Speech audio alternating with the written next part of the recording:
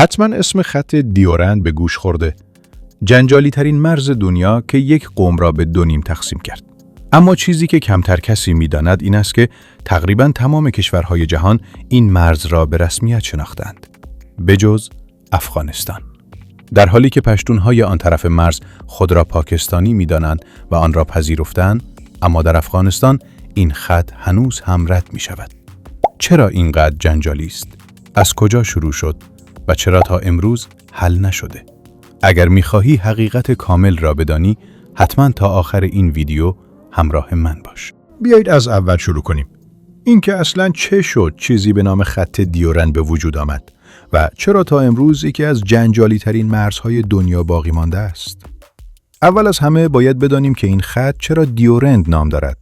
نام این مرز از یک شخص گرفته شده، سر مورتیمر دیورند، یک دیپلمات انگلیسی که نماینده حکومت بریتانیا در هند بود. او کسی بود که این خط را رسم کرد و توافق آن را با دولت افغانستان به امضا رساند. دیورند یک سیاستمدار با تجربه بود که در بازی‌های سیاسی آن زمان نقش مهمی داشت و مأموریتش بسیار واضح بود: ایجاد یک مرز مشخص برای جلوگیری از تهدیدات احتمالی. اما داستان اصلی از اینجا شروع نمی‌شود. برای درک واقعی ماجرا باید به رقابت بزرگ قدرت‌ها در آن زمان نگاه کنیم. در قرن 19 جهان شاهد رقابت شدیدی بین دو امپراتوری بزرگ بود: بریتانیا و روسیه. این رقابت که بعدها به نام بازی بزرگ شناخته شد، بیشتر در منطقه آسیای میانه و اطراف افغانستان جریان داشت. بریتانیا که هند را در اختیار داشت، به شدت از پیشروی روسیه به سمت جنوب می‌ترسید. آنها نگران بودند که اگر روس‌ها به افغانستان نزدیک شوند، ممکن است در نهایت به هند برسند و سلطه بریتانیا را تهدید کنند. در همین زمان افغانستان تحت حکومت امیر عبدالرحمن خان قرار داشت. او یکی از قدرتمندترین و در عین حال محتاط‌ترین حاکمان افغانستان بود. اما شرایط او بسیار پیچیده بود. از یک طرف باید با تهدیدهای داخلی مقابله می‌کرد و از طرف دیگر میان دو قدرت بزرگ جهان گیر افتاده بود. عبدالرحمن خان نیز نگرانی‌های خودش را داشت. او می‌ترسید که اگر با بریتانیا همکاری نکند، انگلیسی‌ها او را از قدرت برکنار کنند و شخص دیگری را جایگزین او بسازند. به همین دلیل او مجبور بود با دقت و احتیاط تصمیم بگیرد. در چنین شرایط حساسی بریتانیا تصمیم گرفت که یک مرز رسمی میان افغانستان و هند بریتانیایی تعیین کند.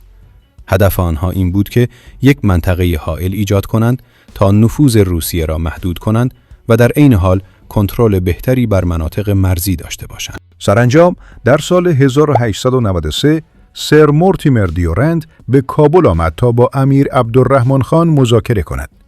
این مذاکرات ساده نبود. فشار سیاسی، ترس از جنگ و شرایط نابرابر همه در این تصمیم نقش داشتند. در نهایت توافقی میان دو طرف امضا شد.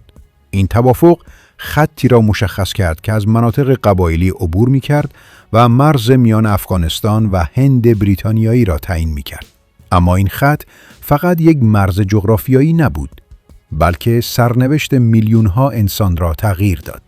زیرا این خط بدون در نظر گرفتن واقعیت‌های قومی و اجتماعی کشیده شد.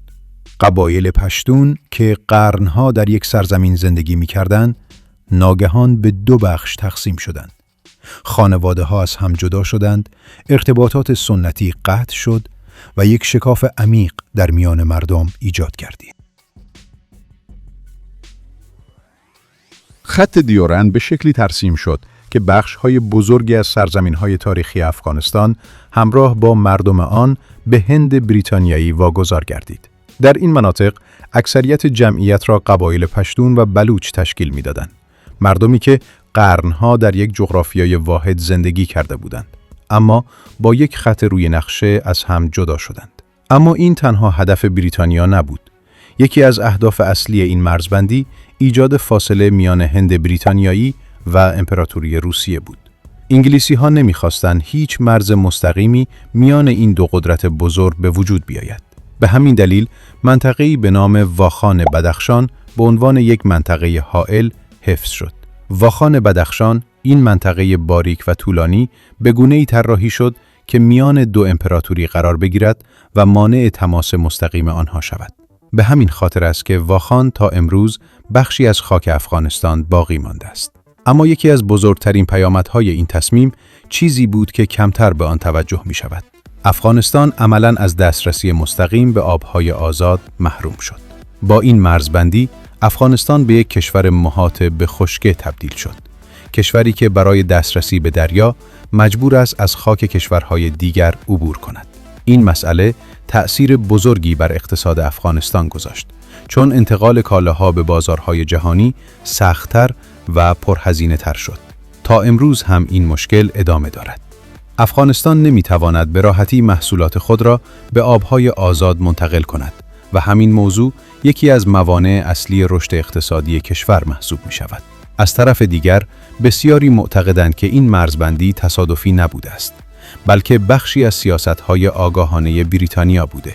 انگلیسی‌ها شعاری معروف داشتند: تفرقه بینداز و حکومت کن. به باور برخی، تقسیم قبایل و اقوام به این شکل دقیقاً در راستای همین سیاست انجام شد. به گونه‌ای که نه تنها پشتونها به دو بخش تقسیم شدند، بلکه اختلافات عمیق‌تری میان اقوام مختلف نیز شکل گرفت. این تقسیم بندی‌ها تأثیرات خود را تا امروز حفظ کردند. اختلافاتی که هنوز هم به طور کامل حل نشده‌اند و گاهی به تنش‌های سیاسی و اجتماعی تبدیل می‌شوند. در نهایت این گونه بود که با امضای این توافق توسط امیر عبدالرحمن خان بخش‌هایی از خاک افغانستان از آن جدا شد و خطی به وجود آمد که نه تنها جغرافیا بلکه سرنوشت یک منطقه را برای همیشه تغییر داد. اما نکته‌ای که این داستان را پیچیده‌تر می‌کند، دیدگاه خود مردم به ویژه پشتون هاست. برخلاف آنچه بسیاری تصور می‌کنند، اکثریت پشتونها در داخل افغانستان از امیر عبدالرحمن خان حمایت می‌کنند و او را خاک فروش نمی‌دانند. برعکس، در تاریخ افغانستان به او لقب‌هایی مانند امیر آهنین داده شده است. لقبی که نشان دهنده قدرت، سختگیری و توانایی او در حفظ ثبات کشور در یکی از دشوارترین دوره‌های تاریخی است. این موضوع برای بسیاری جالب و حتی عجیب به نظر می‌رسد. چگونه ممکن است شخصی که چنین توافقی را امضا کرده همچنان به عنوان یک رهبر قدرتمند و حتی اسطوره‌ای شناخته شود؟ پاسخ این سوال را باید در شرایط زمان او جستجو کرد. دورانی که افغانستان میان دو ابرقدرت یعنی بریتانیا و روسیه قرار داشت و هر تصمیمی میتوانست سرنوشت کشور را تغییر دهد. برای برخی اقدامات او یک اجبار سیاسی بود، نه یک انتخاب ساده. سالها بعد در 1947 با وقوع استقلال پاکستان، کشوری جدید به نام پاکستان شکل گرفت. این کشور مرزهای بجا مانده از دوران هند بریتانیایی از جمله خط دیورند را به عنوان مرز رسمی خود پذیرفت. اما افغانستان مسیر متفاوتی را انتخاب کرد. در زمان محمد ظاهرشاه، دولت افغانستان این مرز را به رسمیت نشناخت و همین جا بود که یکی از اصلی ترین نقاط اختلاف میان افغانستان و پاکستان شکل گرفت. پاکستان در آن زمان نگران بود که افغانستان ممکن است برای بازپسگیری این مناطق اقدام کند.